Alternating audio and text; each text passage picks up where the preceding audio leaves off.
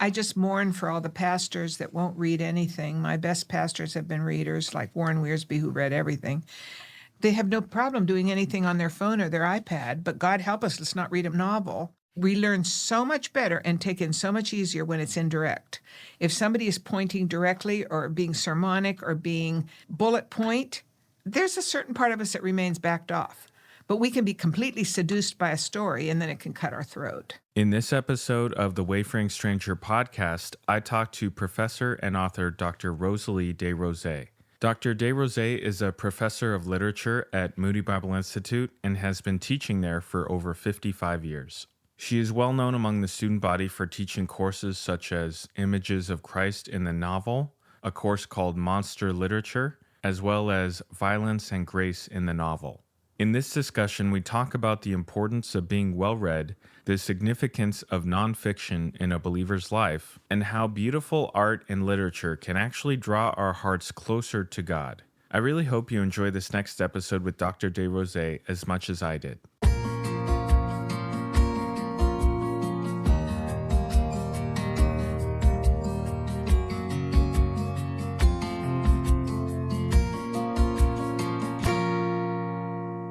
What effect does a good novel have on you as the reader? When I love a novel, I'm sort of spellbound, and I am entranced with the experience. I sort of can't put it down in the spaces that I am able to read. And when it's over, I have a terrible sense of loss. Not a terrible sense of loss, but I have a sense of loss. Is it kind of like longing for more? Yeah, it is longing for more, and knowing that that time that's been occupied has been so enriching, it has taken me away. Yeah, from the reading list that I can remember from your class, Images of Christ in the Novel, a lot of the stories had a sense of tragedy to them, but they also had a glimmer of redemption. Of redemption, yeah. I think there's just a flavor to a great novel that develops the character in a certain way. I'm not into the inventive kind of technique-driven modern novels that play with perspective. I don't mind a little bit of that. I like a real straightforward, very good story that has some linear content to it and develops the characters well and that makes you feel sweet sorrow. Isn't just absolutely tragic, but certainly not Hallmarky. That's a good word, sweet sorrow. Yeah. How is the effect from a good novel different from a good story found in history or a biography? Because it's completely real, but it's not factual. So it gives you a sense of a geography, of emotion, of character, of time and space that distances you a little because it's not, I don't know how else to say it, not true. When you are reading a biography, it's also completely interesting, but you don't have the once upon a time quality. Yeah, a little bit more enchantment. Yeah, there's more enchantment in a novel. So how do you teach students to read literature and get the most out of it? I give them a series of questions they can ask themselves. I give them prompts. But what we do is I tell them to just read the novel gut level and not be thinking too much unless they're writing a paper on it. And then listen to the discussion and go back to it, see what they each other say, see what I say in a lecture, ask the important questions. Don't pretend what you like, that what I might like is what they might like. I do give them a few systems of interpretation, but for the most part, there's not time to do that. So it's just read it. Just get immersed in it. Get immersed in it, yeah. Why is it important for students of a Bible college to engage with secular literature? Because that tells them everything they need to know about, not everything they need to know, but that describes the way of thinking that is opposite us, but sometimes these secular writers have a richer view of what it means to be a Christian from their perspective, even if they're not. The issue is how gifted are they? So if you take a Graham Greene, I'm just teaching the end of the affair, he gives he has decided in that book, what he is saying is that if God can't get you any other way, he'll get you through erotic love. So the very erotic love that you are misplacing will bring you to an end. And then at the end of that, you will find God. Green didn't do that personally, but he shows characters that do. So it gives a much richer understanding of Eros and where it fails and where God comes in than sometimes we hear from the pulpit. To me, it's not secular or Christian, it's gifted. Interesting. Why do you think we're tempted to divide everything into secular and Christian? I think we have to think about it. I think if we go into a secular novel, we have to go in prepared and not gullible or naive. And when we go into a Christian novel, unless it's been declared a classic and has endured the test of time, we have to go in not gullible either. Because we've got plenty of Amish novels, put a bonnet on it. We've got plenty of Hallmarky things that want to believe that a complete ending is what Christ is talking about with fulfillment. We have no complete endings on this earth. So to me, it's what stood the test of time. So the first standard is what stood the test of time. You have to be very careful about the latest thing that's come out and how it could twist you. You've got to always be thinking. But there are Christian novelists that are lightweight Christian novelists that have no gifts, just as there are lightweight secular novelists. Popular level novelists are not as gifted as literary fiction novelists.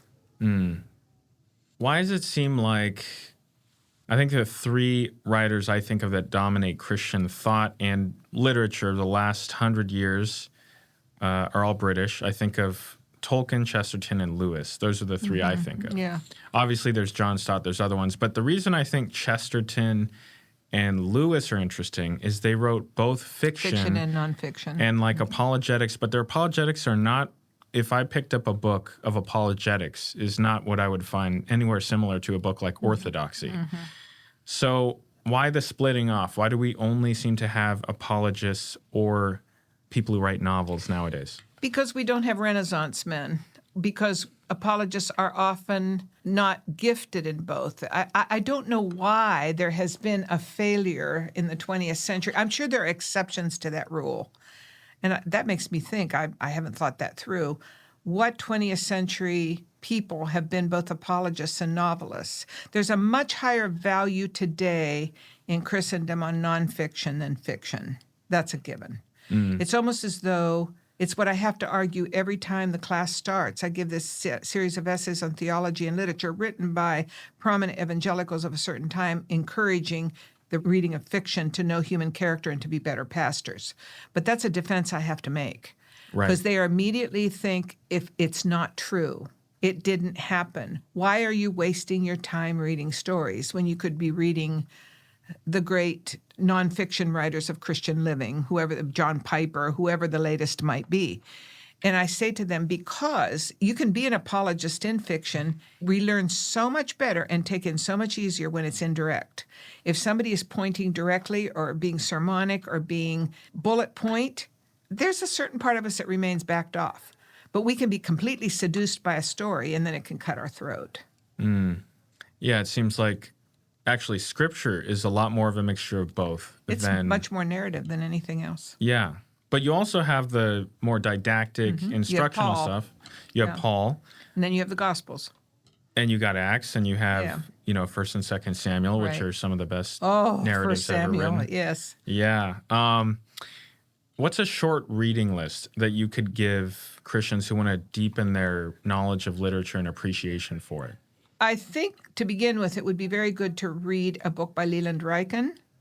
Just look him up. He's written several defenses of literature with specifics in it. So first of all, it would be really good to even be wooed into the importance of it. There are also a whole series of books I've got in a list of pastors who have said these are my favorite novels and why. Wiersbe has written a book on the imagination in preaching. Boy, that's hard to come up with a short reading list. I'm not sure I'm prepared to do that, but certainly do older rather than newer. And I would begin with, I really do think Jane Eyre is one of the great novels. Austen is wonderful. They're not women's novels. They are for people of all times. Certainly do Till We Have Faces by C.S. Lewis. It's an absolute must. He's the best fiction writer. I mean, he's better than Chesterton. Yeah, Chesterton. Yeah. You say Chesterton, yeah. Tolkien. I am not a Tolkien reader, much to my shame, because I'm not a fantasy person, but I have read The Two Towers and loved it, and The Hobbit. But obviously, that is revolutionary. And then there are just Pilgrim's Progress is an absolute must, even if you read it in a very modern day English. I was taught it at my mother's knee when I was tiny, and it resonates in my head every week of my life. And there are so many more that I could say. Yeah, Pilgrim's Progress, I think, has more to do with the way that I picture myself in life than almost anything else. Totally agree with you. Yeah. And it can be taught to children. It can be taught to every age group. And it approaches every dilemma. It's also the reason I love The Hobbit so much, because it's a similar type of journey. I agree. And I like The Hobbit, too. I love The Hobbit. Yeah. Tell me a little bit about how you went about creating the two courses I was familiar with were Images of Christ in the Novel, Monster Lit. What were the other two you were telling me about? I do Violence and Grace in the Novel. That's the other thematic course. I did teach British and American Lit years ago, but those are the three thematic courses. How did you come up with these courses? When Moody became a degree-granting institution in the 90s, it might have been earlier than that, but I began teaching literature in the 90s. And one of my first courses was Images of Christ. My brother's a professor at Berea College in Berea, Kentucky, and he had taught that in some kind of humanities division, and he gave me his course. And I thought it was brilliantly conceived, and through the years I changed, added to it, took away things. But it seemed to me that in preaching, we are so much more Pauline than gospel often. And that we didn't know Christ as separate from our idea of Christ, like the guy with the brown hair who stalks around with a blue towel over his, arm and never speaks to you. He's sort of a silent character. And when you read the Gospels, they are absolutely alive with interaction and mood. I think that, of course, The Chosen has gone a long way to helping us view Christ, from my perspective, in very good ways. But the first thing I have the kids do, as you know, because you took the course, is write what their conception of Christ is. And don't go to Isaiah, wonderful counselor. I can read it myself. But tell me, and so for so many people, I have collections of papers. He's distanced, the guy that would never date me. It goes on. And so then we go into these novels, and most of them are secular. A couple aren't. But the author has been fascinated with some quality of Christ. And he presents it, and it might be humility, it might be love, it might be masculine heroism, as in Shane by Jack Schaefer. And one of my recent ads is Madman by Tracy Grote, which is a contemporary novel. It's about the madman of the Gerasenes and her vision of the evil the man was involved with and how nobody could have released him but Christ. The last 25 pages, when Christ comes to the madman and releases the demons, and she actually has the voices of the demons, is powerful beyond anything I can say. It's a flawed novel, but it has that unbelievable portion of it.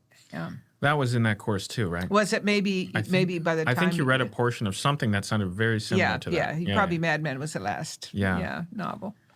What was I going to say? How did I come to him? Monster Lit came about because there was a teacher here for a long time in integration of faith and learning. His name was Mark Eckel. And we used to talk about monster novels like Frankenstein, and we both sort of were brainstorming. We both thought, wouldn't it be wonderful to teach a novel? Really, he and I came up with the idea. And then we brainstormed about what books would be in it. And he had written a good bit on Frankenstein, and it was very good. I actually had him lecture, and his son lectured once too. So then I thought, no, the whole premise for this has to be Paradise Lost.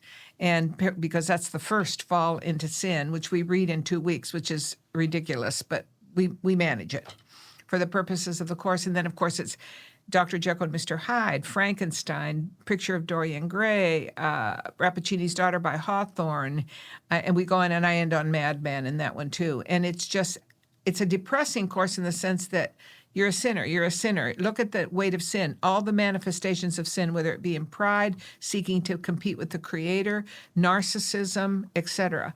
And it really works. It's the one course I teach every semester. And I also have all kinds of essays that I have now introduced into the classes, one on sloth or acedia, gluttony, modesty. In others, I have one called Less Wild Lovers, which you may or may not remember, but it's a marvelous essay on the ways in which we allow indulgence to come into the boredom of our faith or our disappointment with life. Is a monster what we create or what we become more depraved? Like the first thing that comes to mind, raised in the church is a demon, but So, the devil's involved. But Monsterlit is the affectionate title for a very long intellectual title, which I probably can't even repeat here.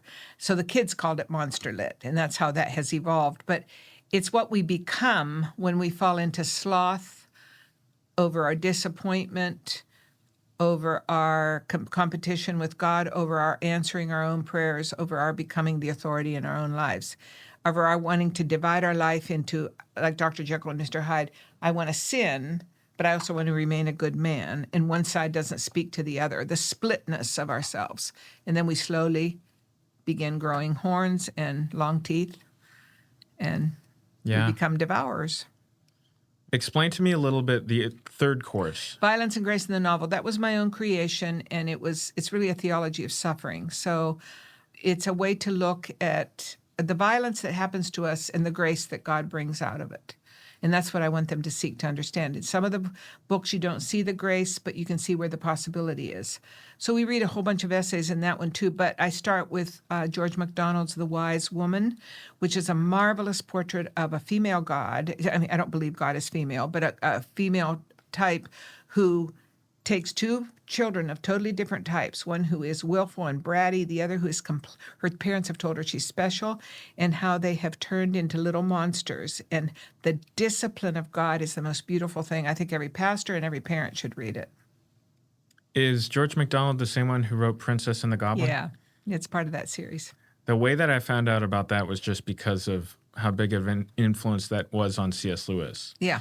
Oh, you find George MacDonald in The Great Divorce. He was a hugely spoken. You see MacDonald all the way through Lewis if you look closely.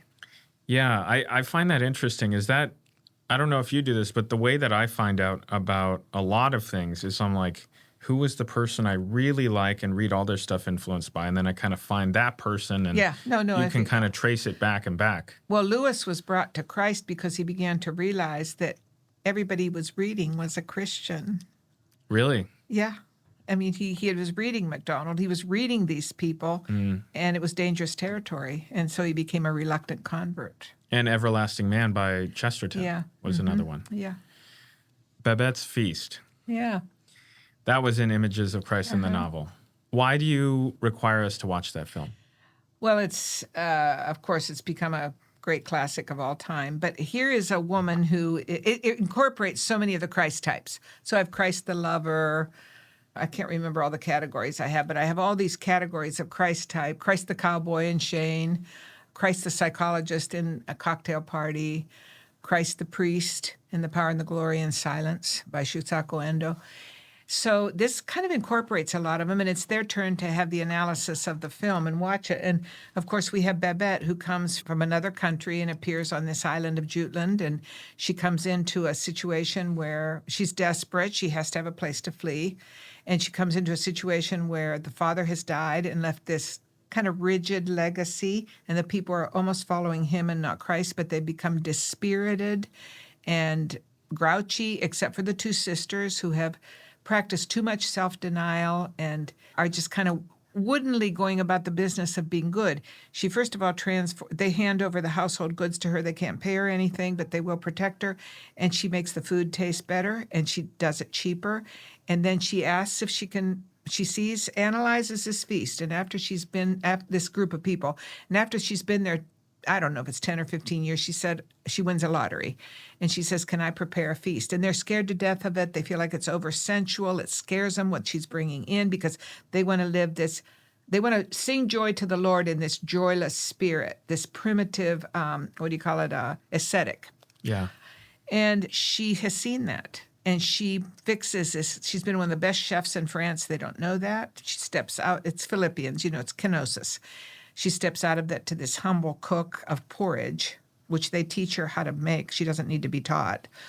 And she fixes this thing with like little pigeons in a cup and dough and lots of wonderful wines to soften up their spirits. And they have decided that they will not enjoy any of them. They will sit there expressionlessly doing it.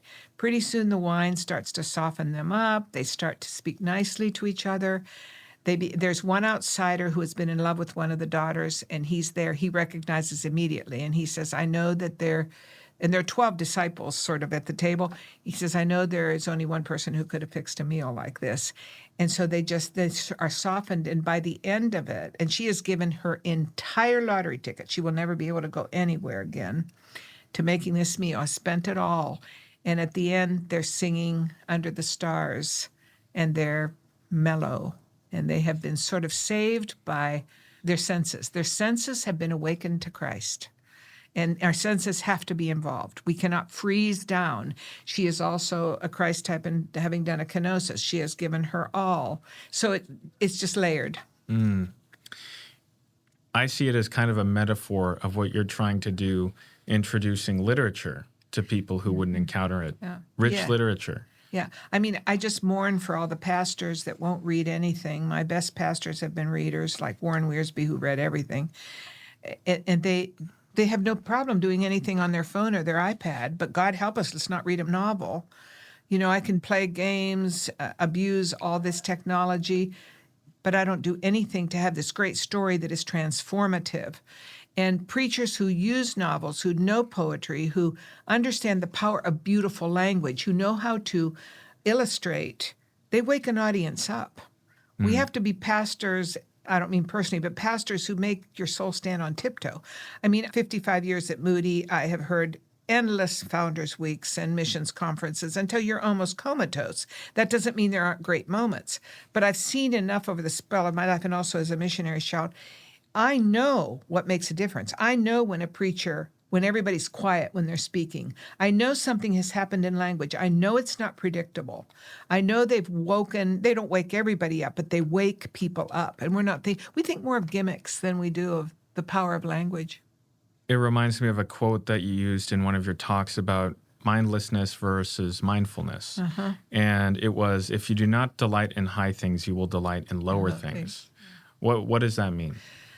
If you don't do the best of what is, if you don't recognize beautiful language, if you don't recognize history even in music, if you don't recognize the highest of the arts, and I don't mean, I'm not a walking intellectual at all. I just mean if you don't see that there is a better and a best and a not so good, if you go with the cultural average, you're going to fall into the cultural average. You know, pornography is such a big problem. Everybody knows that, you know, who knows what the percentage is. But if women and men come to me with a pornography problem, I said, well, obviously this is killing your soul, but you can't just quit that. You have to substitute for that. We don't leave a space. We fill that space with something that catches our heart until we really are caught by beauty and goodness. I think the evangelical tradition is really good at truth and goodness and not so good at beauty. Interesting. So what are the beautiful things that can help keep us from the lower things of just checking Instagram all the time? And I think, first of all, everybody has an absolute obligation before God to do media fast. I've been doing media fast with my students for 14 years, and I have 300 pages of results. I should write the book. I've got parts of it written. I just don't seem to get there. Their honesty about what it has done to them, what their parents have done, how their parents have abandoned the home, their mothers never cook meals. The adults are almost as bad as and of course, Jonathan Haidt has just come out with his latest book and said nobody should have a cell phone before they're 16. It's the death of the soul. So if you're caught in that, then you must fast from it to even find out how bad it's gotten. Invariably, 90% say they're addicted. They miss it like a missing limb, they talk about. They talk about a python absorbing their lives. They talk about what they don't do. They don't paint. They don't sing. They don't go out and talk to somebody. So many of them skip lunch to watch movies. So many of them are rude to everybody by sitting there on their phones. I just saw it in chapel this morning. It was awful. They conduct nothing directly, and they're never outside in nature without something plugged into their ear. We have to make contact again with the wind, with people watching. People are so weird and wonderful, with the outdoors, we've got to feel something. There's no feeling. Forget taking pictures. Look at it. Right. Remember it. Yeah. What are those higher things? I know literature is one of them. What are some of the appreciations of beauty that you think really enrich the soul? I think nature. Nature is huge. Fine for the climbing gyms. Go to Devil's Lake. Taking walks without anything there. Having conversations with no interruption. listening to different kinds of music than you're used to. Whatever the genre is, go to the best of what it is, and then introduce yourself to even An Idiot's Guide to Classical Music or An Idiot's Guide to the Past of the Great Folk Songs, things that make your soul soar, that don't numb you. Have contact with small children, create families.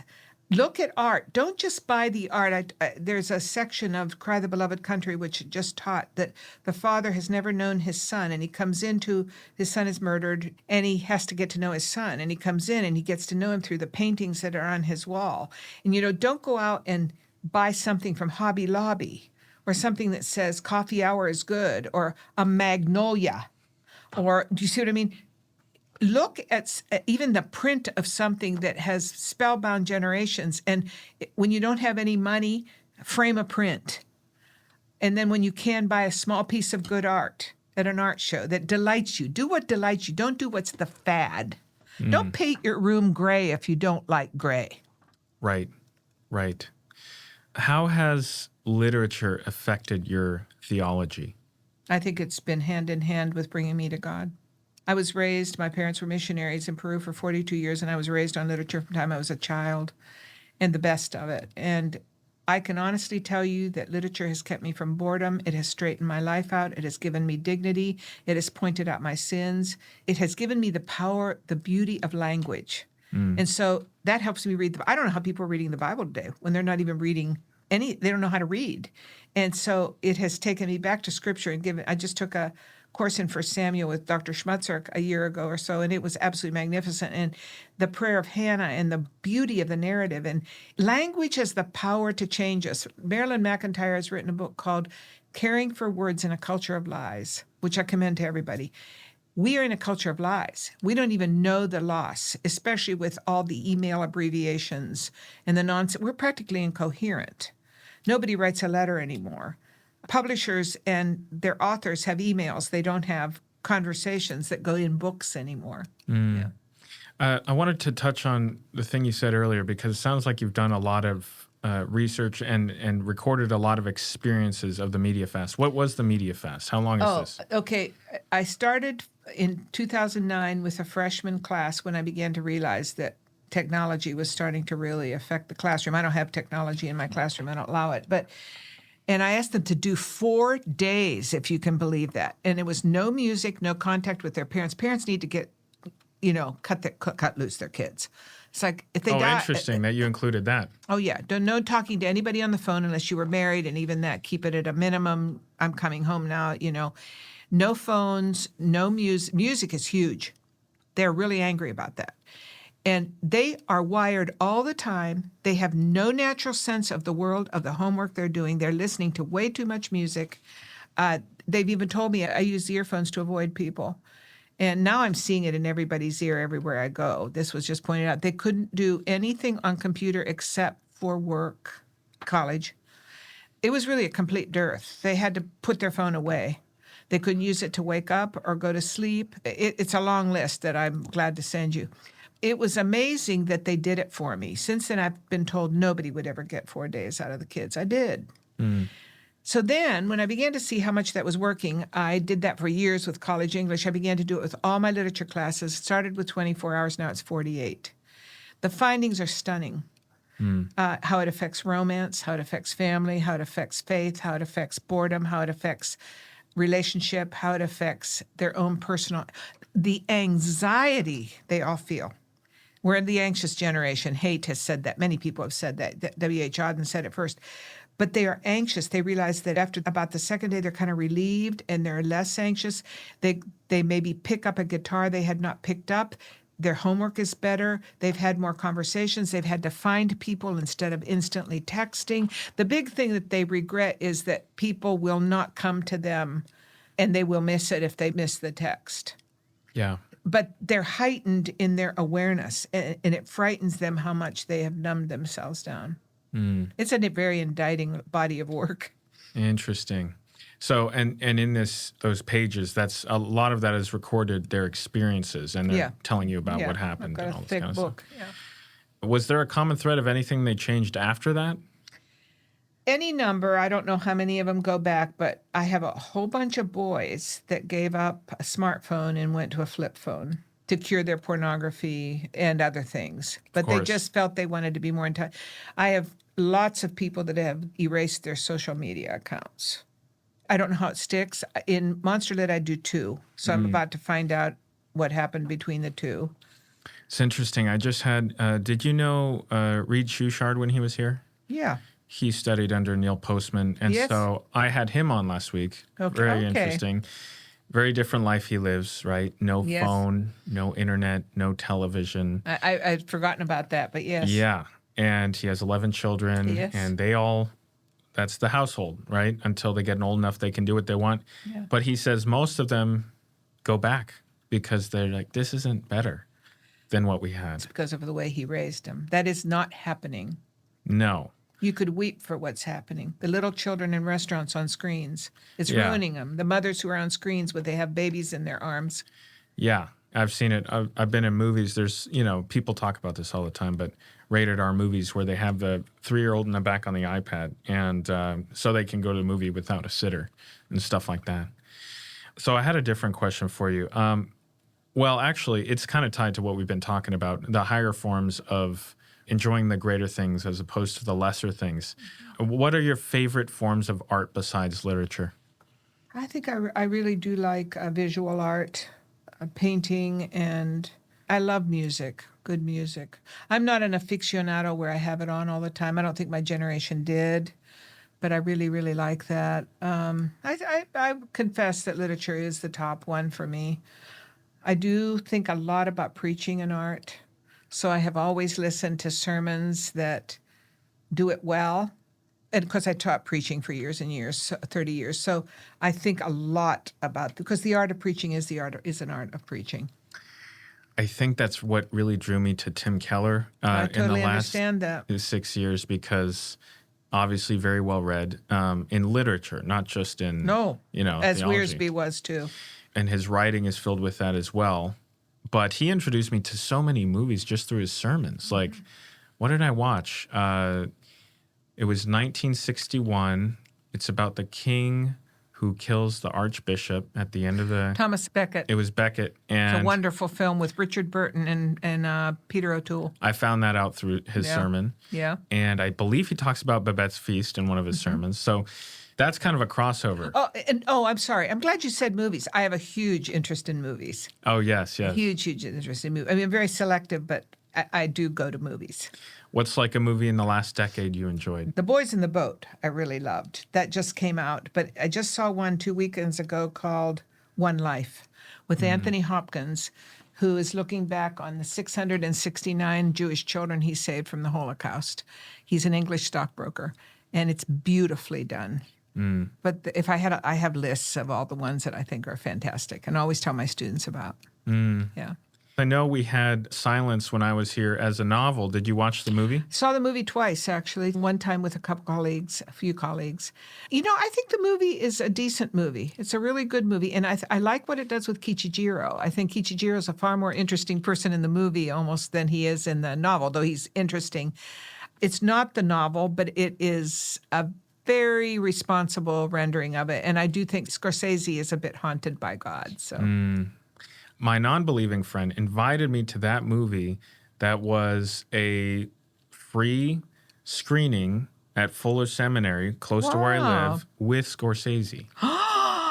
Did he speak? He did. He answered questions. Yeah. Was it good? It was amazing. It was very good. I can't, I Wow. should have written it down, everything that he said, but I just remember being like, how did we, and it was my non-believing friend who invited me to That's this too, really right? interesting. Yeah. I mean, I don't agree with the ending of obviously Endo, what he comes to, but it's a really, really good.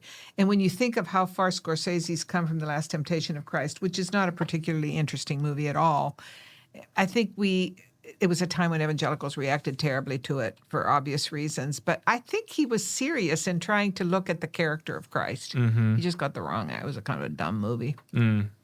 With going back to music, do you tend to focus on the lyrics more than the music, or do you get lost in the music as well?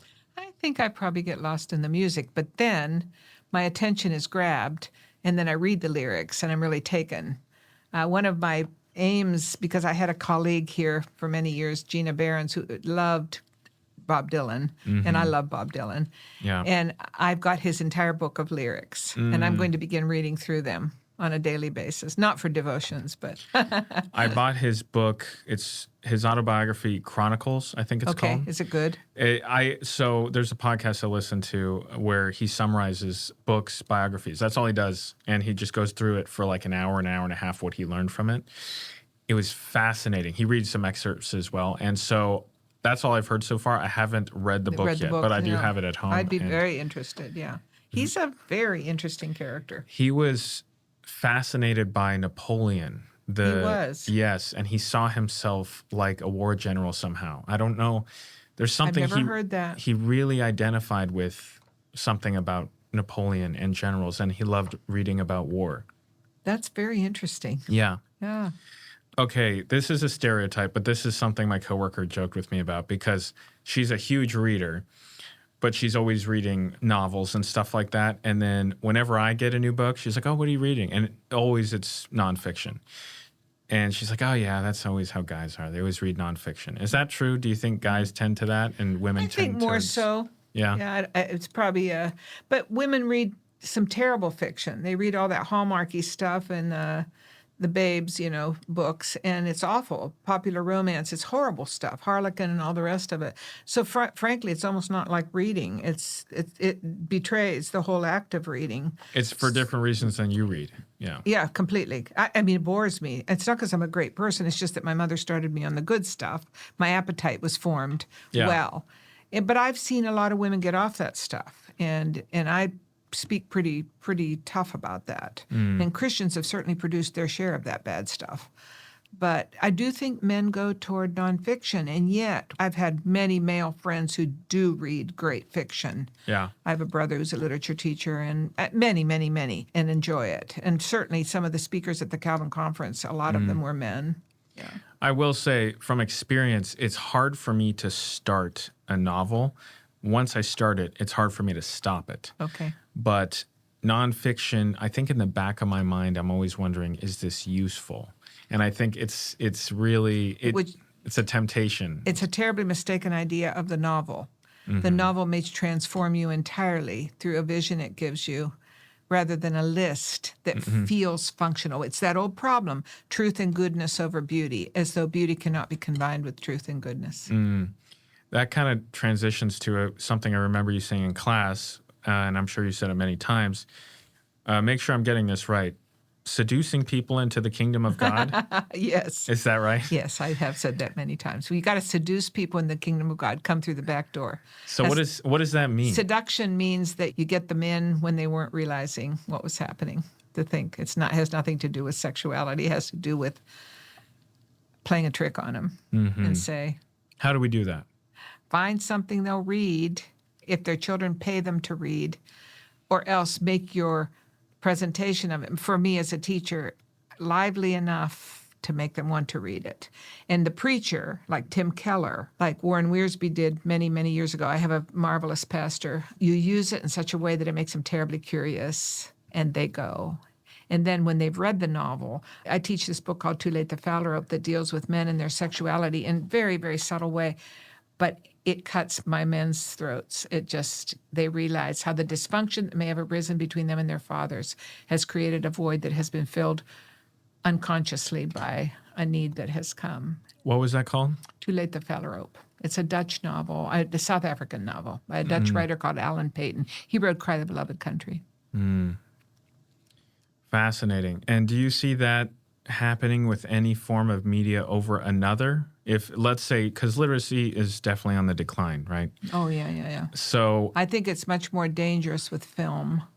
to try it with film or to do it with No, film? I think you could do it with film if you were very rigorous about what that film was about. Yeah. Because images immediately take us. But with words, you have to work at it. You create your own images, which is doing double duty. There are people that would disagree with me, but I feel very convinced of that.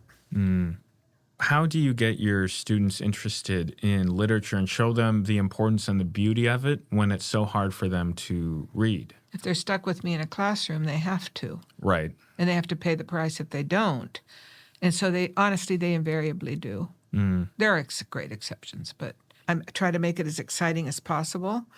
And I don't drone along. I'm not one of those English teachers. I couldn't teach at Wheaton probably. I don't go on and on about the symbol, the connection. I much more, this is a novel that can change your life. How would it happen?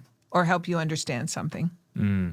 I normally did pretty well in English classes, but I don't think I got an A in a lot of my papers. Why is it so hard to get an A in your class? Because you have to write well, think well. I don't think an A is gratuitous. Now, I have had a very interesting situation this semester. 24 students in a class. I gave 11 A's on their major papers. It's unheard of. It's the first in my life in 55 years. But it's because there were so many incredible thinkers in the class. They just were good. 4 of them did artwork, actually. Really? Interpretive artwork, and it was really good. Yeah. But it is hard. Nobody ever gave my A's easily. And what's it worth if you haven't done something exceptional?